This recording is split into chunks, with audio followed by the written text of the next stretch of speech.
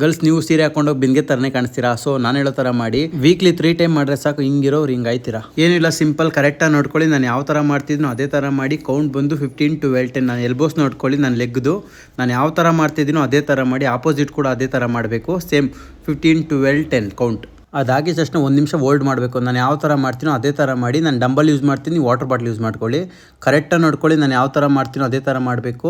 ಹೆಡ್ನ ಮೇಲೆ ನೋಡ್ತಾ ಇರಬೇಕು. ಈ ಥರ ಬಾಡಿನ ಬೆಂಡ್ ಮಾಡಿಕೊಂಡು ಡಂಬಲ್ ಇಟ್ಕೊಂಡಾಗಲಿ ವಾಟರ್ ಬಾಟ್ಲ್ ಇಟ್ಕೊಂಡಾಗಲಿ ಅಟ್ಲೀಸ್ಟ್ 30 ಸೆಕೆಂಡ್ಸ್ ಆದರೂ ಟ್ರೈ ಮಾಡಿ ಹೋಲ್ಡ್ ಮಾಡೋಕ್ಕೆ. ಅದೇ ಥರ ಆಪೋಸಿಟ್ ಕೂಡ ಸೇಮ್ 30 ಸೆಕೆಂಡ್ಸ್ ಹೋಲ್ಡ್ ಮಾಡಬೇಕು. ವೀಕ್ಲಿ ನೀವು 3 ಟೈಮ್ ಮಾಡಿದ್ರೆ ಸಾಕು, ರಿಸಲ್ಟ್ ಸಿಗುತ್ತೆ. ಇಷ್ಟೆಲ್ಲ ಎಕ್ಸರ್ಸೈಸ್ ಮಾಡಿ ಡಯಟ್ ಮಾಡಿಲ್ಲ ಅಂದರೆ ಪಕ್ಕ ರಿಸಲ್ಟ್ ಸಿಕ್ಕಲ್ಲ. ರಿಸಲ್ಟ್ ಬೇಕಾದ್ರೆ ನಾವು ಡಯಟ್ ಮಾಡಲೇಬೇಕು. ಇಲ್ಲ ನಿಮ್ಗೆ ಯಾರಿಗಾದ್ರೂ ಆನ್ಲೈನ್ ಕ್ಲಾಸ್ ಬಗ್ಗೆ ಇಂಟ್ರೆಸ್ಟ್ ಇದೆ, ಈ ವಿಡಿಯೋ ನಂಗೆ ಶೇರ್ ಮಾಡಿ, ಆನ್ಲೈನ್ ಅಂತ ಕಮೆಂಟ್ ಮಾಡಿ, ನಾನೇ ಡೀಟೇಲ್ಸ್ ಎಲ್ಲ DM ಮಾಡ್ತೀನಿ ನಿಮಗೆ.